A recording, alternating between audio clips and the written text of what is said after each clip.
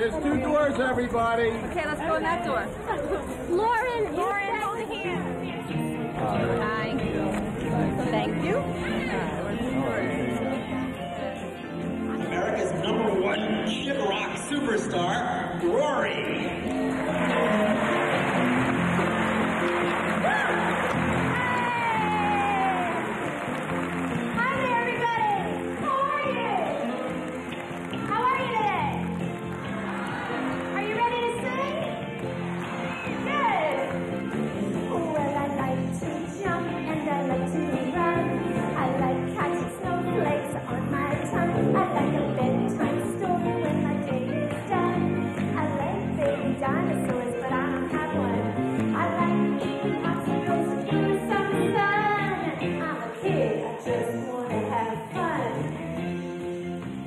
You might call her the mom who roared.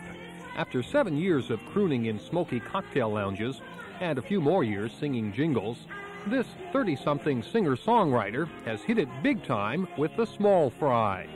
If you press her, she'll tell you her name is Rory Zuckerman, but she prefers just Rory, thank you. I just go by Rory. It's my real name, and it's easier for kids to remember the one name. It's more casual, and that's the only reason. Rory began making a name for herself in the summer of 1988, when, in collaboration with composer-producer Tom Guernsey, she began Rockin' and Rollin' the Stroller set to a Kid Rock beat.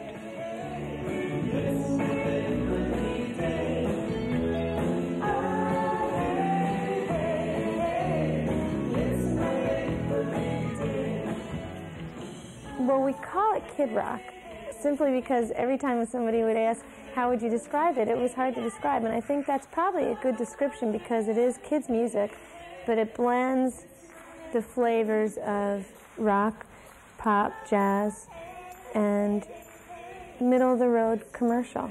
And so we kind of take those sounds and make them current for children today. Like this little doo-wop ditty about scrubbing up in the tub. When I walk up the stairs, take off my clothes, see all the dirt from my head to my toes. It's no secret, everybody knows I gotta take a bath, bubble bath, take a bath. Although her local concerts are sellouts, and her first 2 albums, I'm Just a Kid and Make Believe Day, are doing remarkably well, Rory is not exactly cleaning up, making, she says, just enough to keep her career afloat. Time to wash up, give yourself a scrub, but don't let the water run too high. Most of all, don't get soap in your eyes. Most of all, don't get soap in your eyes.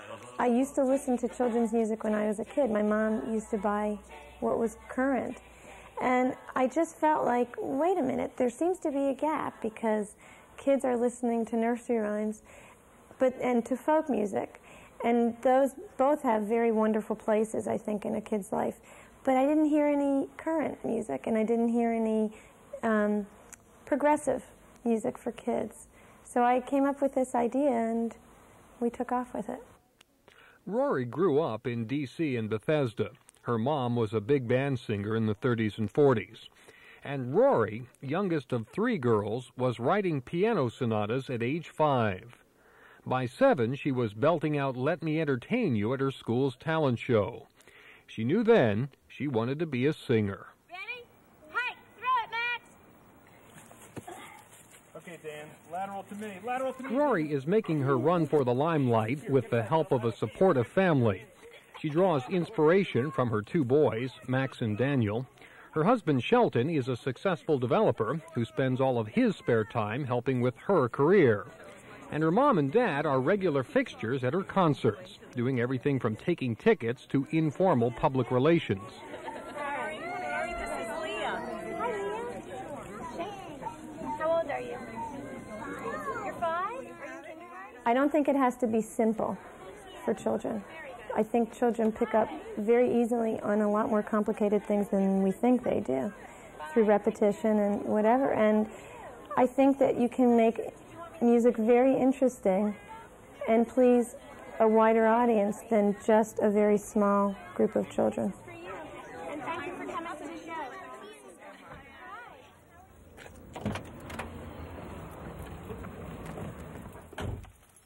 Her company, Roar Music, is still a sort of mom-and-pop operation.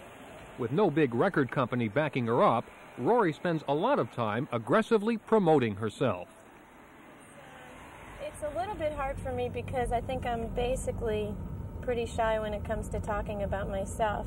I guess most people are. But I've quickly learned that in the record business, you have to be your best salesperson, and nobody can do, you know, the kind of sales job on yourself as you can do. So, yeah, I have to do it all the time, and I'm used to the rejection that comes with it because I've been doing it for so long now. But the nicest thing is when you meet people who really like what you do, and it makes it a lot of fun.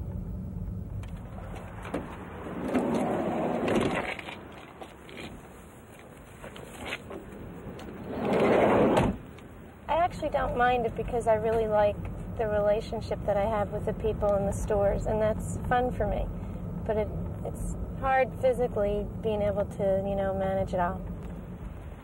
As a teenager, Rory worked at Lowen's Toy Store in Bethesda. Now it's a regular stop on her promotional rounds. How you doing? How are you? Fine. Marilyn here? Yes, she is. Upstairs on the left. Thanks. To make it in today's children's music market, you have to appeal not only to kids, but to their parents who actually make the purchase. And that's Rory's strong suit. She rocks all ages. Yes, got you covered. We need them. We really aim at the parents. And as a consumer of a lot of kids' tapes, and I know that the 700th time you stick that tape in your tape player in the car on your way to the beach, you want to like what you hear as the parent, and you don't want it to drive you absolutely nuts.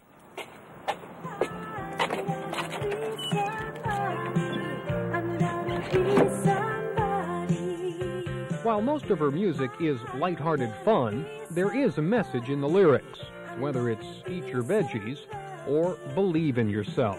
I'm gonna be somebody. Our dreams can make music, your own melody. That was flat. I still don't hear any backups, baby. You have got the me on special cans that filter out background vocals. Without vocals.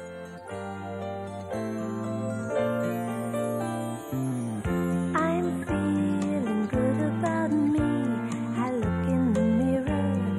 I like what I see. I'm going to be somebody is talking about being somebody because we feel that we see so many kids who don't have a good self-esteem today and are feeling sort of beaten down in some ways, and maybe they're in situations where the odds are against them. And that's just our statement that we hope that the kids who are in these difficult situations can see their way out and can feel good about themselves and pass on good feelings to their children.